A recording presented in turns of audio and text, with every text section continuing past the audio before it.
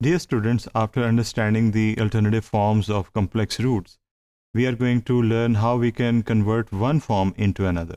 In this lecture, we'll do the same. Now, here you can see we have collected some pieces of information, and what we are trying to say is that interconversion should be easy while remembering the basic trigonometric ratios. सबसे पहली बात ये trigonometric ratio sine theta की क्या बताती है, perpendicular और hypotenuse. Cos theta हमें बताती है the ratio of base and hypotenuse. और यहाँ पर अगर देखा जाए तो परपेंडिकुलर और हाइपोटेन्यूज बनता है वी और उपसिलोन ओवर आर। तो ये है उपसिलोन और ये है आर। और कॉस थीटा को अगर हम देखें तो बेस ओवर हाइपोटेन्यूज है, ये है बेस और वो है हाइपोटेन्यूज, तो एच ओवर आर। तो आपने देखा बेसिक जो कॉज और साइन थीटा की रेशियोज होती हैं उन्हीं की वैल्यूज़ को, उन्हीं फॉर्मूलेस को यूज़ करके हमने गिवन वैल्यूज़ को यहाँ पर सब्सटीट्यूट कर दिया। अब ये जो हमारे पास दो रेशियोज आई उन्हें रीअरेंज करेंगे और उससे उपसिलोन और एच की वैल्यूज़ को निकाल लेंगे। ये वैल्यूज़ जब हमारे पास आ जाएंगी तो फाइनली हम थीटा की वैल्यू निकाल सकते हैं। और थीटा की वैल्यू के लिए हम साइन को उधर शिफ्ट करेंगे, आर को भी करेंगे, आर कोशेंट में चला डिनोमिनेटर में जाएगा और साइन और कॉस जो है वो they will appear with N inverse. तो थीटा के दो फार्मूले बन गए, साइन की टर्म्स में और कॉस की टर्म्स में।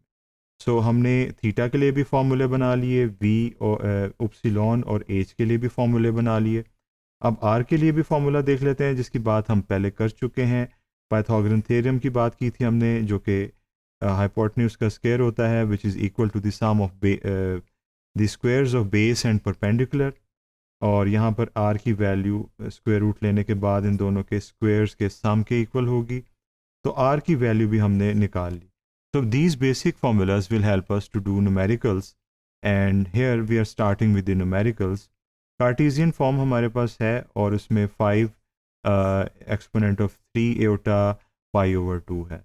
इसे हम रीराइट करेंगे कंपेयर करने के लिए, ये जानने के लिए कि इसमें कौन कौन सी वैल्यूज़ हिडन है। जो 5 मल्टीप्लाई हो रहा है वो आर के इक्वल हो सकता है और एओटा के अलावा बाकी जो टर्म है वो थीटा के बराबर है। तो हमने आर और थीटा की वैल्यूज़ यहाँ से निकाल ली। अब इन वैल्यूज़ को इस्तेमाल करके हम कार्टेशियन फॉर्म, जो कि एक अल्टरनेटिव फॉर्म है, उसमें कन्वर्जन कर सकते हैं। हाउएवर एच और वी को निकालने के लिए हम एक और फार्मूला यूज़ करेंगे जो शुरू में हमने सीखा था, और वो था कि ओप्सिलॉन को कैलकुलेट करने के लिए, जो देखने में वी भी लगता है, हाउएवर इसे इधर हम इसे ओप्सिलॉन कह रहे हैं, और एच को निकालने के लिए। तो ये वो फार्मूले हैं जो अभी हम ट्रिग्नोमेट्रिक रेशियो से डेवलप करके आए हैं। इन दोनों को इस्तेमाल करेंगे। आर की वैल्यू हमें इसमें गिवन है, थीटा की भी वैल्यू गिवन है, तो ये दोनों वैल्यूज़ हम यहाँ पर सब्सटीट्यूट कर रहे हैं, जिसकी वजह से ओप्सिलॉन और वी की वैल्यूज़ हमारे पास कैलकुलेट होंगी। और ये है उसका सेमीफाइनल स्टेप। फाइनल स्टेप में ओप्सिलॉन आ गया और एच आ गया। ओके, ये दो वैल्यूज़ जब आप सब्सटीट्यूट करेंगे तो कार्टेशियन फॉर्म आ जाएगी, क्योंकि एच की वैल्यू 0 है और ओप्सिलॉन की -5, तो हमारे पास कार्टेशियन फॉर्म ये होगी। कार्टेशियन फॉर्म के अलावा हम पोलर फॉर्म भी बना सकते हैं, जिसका फॉर्मूला ये है। आर है इसमें, कॉस थीटा साइन थीटा है with a little bit of addition and subtraction.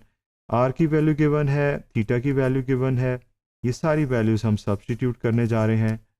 और वंस वी डू दैट हमारे पास पोलर फॉर्म भी बन जाएगी, और प्लस माइनस जो है दैट इज़ देयर, और उसे हम सॉल्व कर सकते हैं further if we want to. लेकिन यहाँ पर हम दूसरी एक एग्जांपल को देख लेते हैं जिसमें हमें कार्टेशियन फॉर्म दी हुई है और हम उसे पोलर और एक्सपोनेंशियल बनाना चाहते हैं। तो यहाँ पर एच और वी है, यहाँ एच और ओप्सिलॉन, मोर प्रिसाइसली स्पीकिंग एच की वैल्यू, ओप्सिलॉन की वैल्यू, ये हमने गिवन डाटा से निकाल ली। ये निकालने के बाद हमने पोलर फॉर्म को उसका फॉर्मूला लिखा और उसमें ये देखा कि वैल्यूज़ हमारे पास हैं या नहीं।